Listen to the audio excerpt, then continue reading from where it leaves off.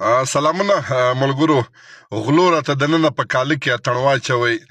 ملګرو نن څویمه ده زموږ په وطن کې له پلاني یې موټر بوتی، له پلاني یې ګاډۍ بوته، د پلاني یې موټرسایکل بوتی، د پلاني یې سایکل بوتی.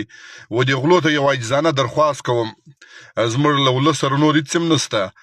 قانون تاسو وینئ چې قانون خپله په دې کې راشکېل دی، په دې غلاو، په بدماشیو، په بتو کې هېڅ شی هم نشته. موږ و دې غلو ته خواست کوو په دې اوسني حالاتو کې د ټولو ښه یاري چې ده په خپل منځ کې هغه د غلو د هغه که د نیورک وي، که د تیمرک وي، که د کراچي وي، که د کلاسیپلا وي، که د چمن وي، که د کلابدلا وي، دوی یو د بل سره ډېر ښه تړون لري.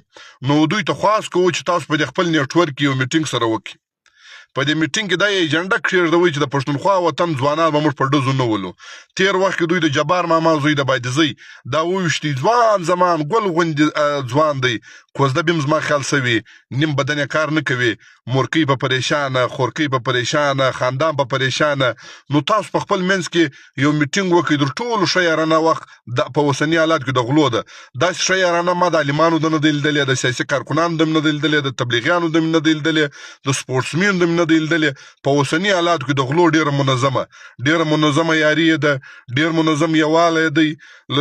تاسو ورته وګورئ موټر غایب سي، انسانان غایب سي، له یوه ځایه موږ ویډیو نه ولیدله چې یاره پلانی غل دی، یاره له پلاني زوی غل دی، د پلاني د خاندانه غل دی. نو په اوسني حالاتو کې د ټولو ښه نیټورک چې دی هغه د غلو دی، ښه یارانه د غلو ده. دا یې زموږ یو درخواست قبول کړئ، خواست مې قبول کړئ، زاري مې قبوله کړئ چې کم از کم د پښتونخوا وطن ځوانان په مرمۍ باندې مه ولئ، په ډزو یې مه ولئ، چې زنانه ورسره یې میج ناخئ، موټرسایکل میج ناخئ، چې ماشوم ورسره یې میج ناخئ، ګزاره ورسره وکړئ، خواست درته کوو، زاري درته کوو. نور موږ کام هېڅ هم نه لرو، هېڅ هم نه لرو.